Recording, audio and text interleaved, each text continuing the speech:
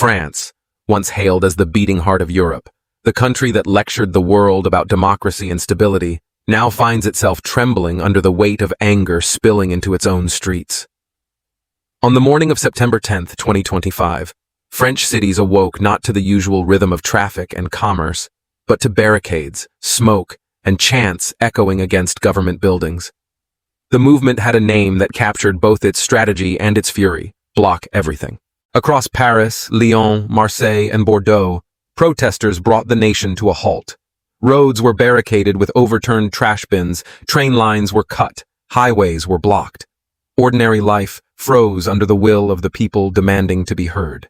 This was not a single profession or one marginalized group. It was teachers locking arms with railway workers, students marching alongside pensioners, and veterans of the Yellow Vest movement returning to the streets, united with first-time protesters who said enough was enough. What ignited the fury was the government's proposed 2026 budget, a plan that promised nearly 44 billion euros in public spending cuts. For a nation already bruised by years of inflation, frozen pensions, and rising energy bills, this felt less like reform and more like betrayal. Ordinary citizens had already tightened their belts, endured higher food costs, paid more for electricity, and watched their social safety nets fray. Now, they were being asked to give up even more: healthcare, education, pensions, public services, all sacrificed in the name of austerity. To the people, the message was clear. The government was protecting financial elites and European obligations, while leaving the working class to carry the burden. The eruption in the streets was not only about numbers in a budget, it was about survival. A teacher at a barricade in Lyon said she could no longer afford basic groceries. A student in Paris marched with a diploma in hand, declaring that it meant nothing in a country where jobs were disappearing. Pensioners carried banners denouncing frozen benefits that left them choosing between medicine and heating. These voices revealed a deeper truth. This was not an abstract protest about economic theory. It was the cry of a society on the edge. The political establishment cracked under the pressure. Just days before the protests, Prime Minister François Bayrou's government collapsed after losing a no-confidence vote in Parliament. It was not the first time. In fact, France had burned through 4 governments in just 14 months. Within hours, President Emmanuel Macron appointed his loyal ally, Sébastien Lecornu, as the new prime minister. But even before Lecornu could sit at his desk, his first day was swallowed by the roar of the crowds.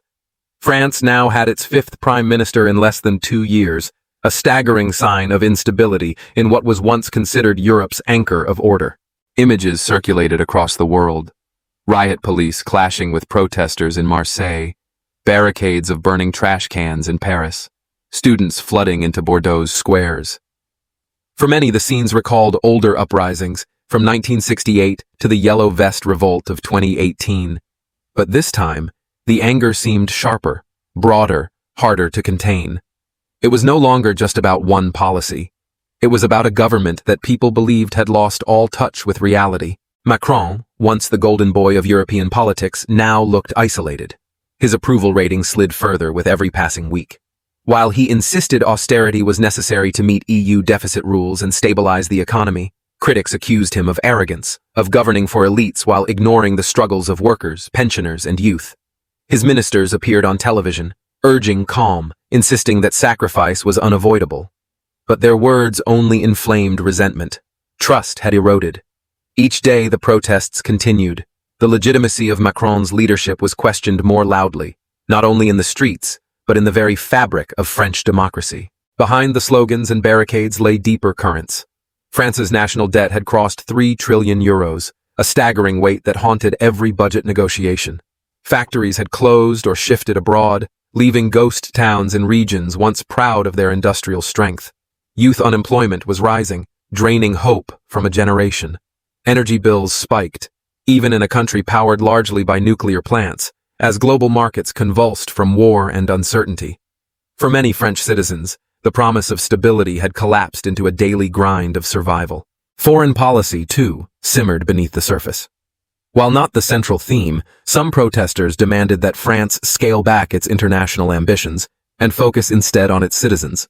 Billions spent on defense, Ukraine, and diplomatic maneuvering felt obscene to those who could not pay for food or electricity. Though the protests were primarily domestic in focus, the question lingered. What was France doing abroad when its people were suffering at home? The symbolism of the movement grew by the day. In Paris, trash bins transformed into barricades, echoing the imagery of revolutions past. In Marseille, highways shut down as demonstrators chanted for dignity. In Bordeaux, workers and students marched shoulder to shoulder. In every city, the movement spread like wildfire, uniting generations and backgrounds under one demand: respect. Some wanted Macron to resign outright. Others simply demanded a government that listened, that protected, that remembered its people. But all agreed on one point: they had been ignored too long. For Africa, watching from afar, the sight was striking. France, the same nation that once positioned itself as the tutor of democracy, the critic of African governance, was now facing its own crisis of legitimacy. The country that demanded austerity from others was drowning in its own debt. The state that lectured others about political stability had burned through 5 prime ministers in less than 2 years. For African citizens, the irony was sharp. The empire that once extracted resources from their continent was now consumed by its own storms at home. Macron, still clinging to his vision of European unity and fiscal discipline, was discovering the limits of power when confronted by people in the streets. His problem was no longer only the numbers in his budget. It was the collapse of trust, the rupture of legitimacy, the roar of a nation that refused to remain silent. As the protests spread, the movement began to crystallize into something larger than resistance to a single budget. It was becoming a referendum on Emmanuel Macron himself. The chants in Paris no longer targeted only spending cuts. They demanded his resignation.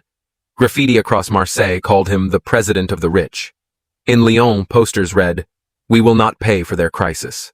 The anger was personal now, directed not at faceless institutions, but at the man who had promised renewal in 2017 and was now accused of presiding over decline.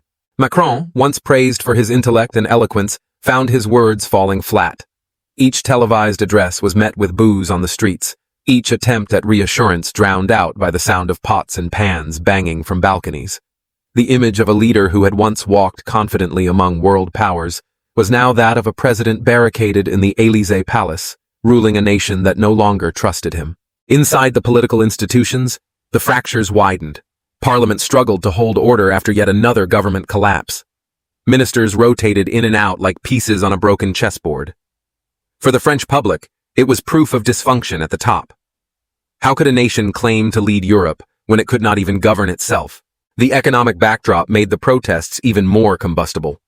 France's deficit remained far above the EU's recommended limit, sparking warnings from Brussels and financial markets. Analysts whispered about downgrades in credit ratings. Investors wondered if France would become the next weak link in Europe's chain. Macron's argument was that austerity was necessary to calm these fears. But to the average French citizen, those words meant little. They saw no investors at their dinner tables, only empty plates and higher bills. Energy costs poured gasoline on the fire. Although France's nuclear power shielded it from the worst of global crises, prices had still risen sharply. Households across the country complained of choosing between heating and food. Industries faced higher operating costs, threatening jobs. The paradox was cruel. A country with some of the cheapest electricity in Europe still left its citizens feeling abandoned. Housing added another layer of frustration. In Paris, rents had spiraled so high that teachers and nurses could no longer afford to live in the very city they served. Across the country, families struggled with mortgages and rising property taxes. The dream of a modest, stable life, once considered part of the French social contract, was slipping away. The protests became not just political, but cultural. They evoked the spirit of 1968, when students and workers nearly toppled a government, and the Yellow Vest movement of 2018, when rural France rose against fuel taxes. But unlike those earlier eruptions, the 2025 wave carried a broader coalition. It was not only the poor or the students, but the middle class too. Teachers, shop owners, railway engineers, nurses, joining together to say they could no longer bear the weight. Internationally, the shockwaves reverberated. European allies watched nervously as France, long considered the backbone of the EU, spiraled into instability. Some feared contagion, that austerity-driven protests might spread to Italy, Spain, or even Germany. Financial markets braced for turbulence. World leaders whispered about a France that could no longer project stability abroad. Meanwhile, in Africa, the images from Paris sparked a different conversation. For decades, France had imposed its vision of order on former colonies, demanding reforms, austerity, and political discipline. Now the empire's heart was exposed as fragile. African commentators noted the irony that while France once dictated terms of survival to others, its own citizens were in the streets demanding dignity and justice. For a continent long lectured by Paris, the lesson was clear. No government, no matter how rich or powerful, is immune to the fury of its people. Macron tried to frame the crisis as a test of democracy, insisting that reforms were painful but necessary. Yet every night, the fires of protest lit up the boulevards, telling a different story. That democracy is not only about elections, but about accountability. When governments ignore the cries of their citizens, the streets become the ballot box. What lay ahead for France was uncertain. If Macron pressed ahead with austerity, the protests promised to escalate, perhaps paralyzing the nation for weeks. If he conceded, he risked weakening France's standing in Europe and with creditors. Either path carried danger. Political instability had already hollowed out his authority. The fall of 4 governments in little more than a year was a sign that the system itself was buckling. Yet the protests also revealed something profound: the resilience of ordinary people. In the cold streets of Paris, pensioners marched alongside students. In Marseille, workers linked arms with the unemployed. In Bordeaux, first-time demonstrators found their voices. Together, they formed not just a protest, but a movement, one that demanded dignity, fairness, and a government that remembered who it served. For Macron, the crisis was existential. He had built his career on the promise of renewal, portraying himself as the young reformer who would modernize France and anchor Europe. But in 2025, the image had shattered. He now stood as a symbol of distance, arrogance, and the widening gap between rulers and ruled. His fate, and perhaps France's stability, depended on whether he could bridge that chasm, or whether the movement to block everything would block him too. As the fires burned and chants echoed, the message was unmistakable. This was not destruction for the sake of chaos. It was resistance, born of survival, carried by millions who felt abandoned. It was a reminder, carved into the streets of France, that no government can ignore its people forever. The barricades of Paris were no longer just piles of trash and wood. They were monuments to a truth as old as democracy itself. When leaders lose touch, the people will rise. And when the people rise, the world listens. France now stood at a crossroads, between reconciliation and deeper turmoil, between listening and breaking. The outcome would shape not only the fate of Emmanuel Macron, but the story of Europe itself. And for Africa, watching from afar, the lesson was unmissable. Power is never permanent, and sovereignty, whether in Paris or Ouagadougou, is always measured by the bond between a nation and its people.